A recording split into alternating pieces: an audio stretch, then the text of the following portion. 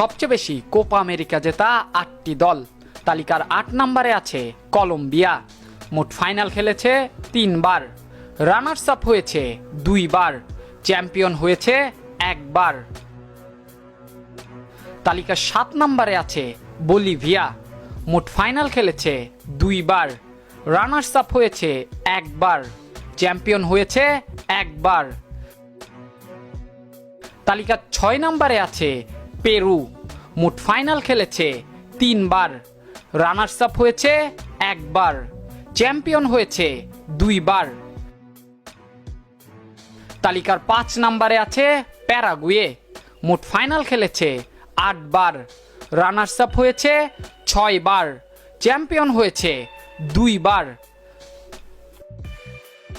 তালিকার 4 নম্বরে আছে চিলি। মোট ফাইনাল খেলেছে 6 বার, রানার্স